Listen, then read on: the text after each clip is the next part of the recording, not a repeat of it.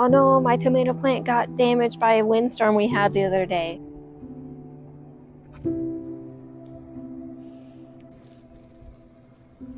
Today I'm going to trim off all the dead leaves and some of the branches that were bending and also broke off. So I'm going to hopefully fix the tomato plant a little bit so it can survive. And I'm going to restake the plant since the stem was bending a little bit. We still have a little bit of tomatoes still on the plant that we want to harvest.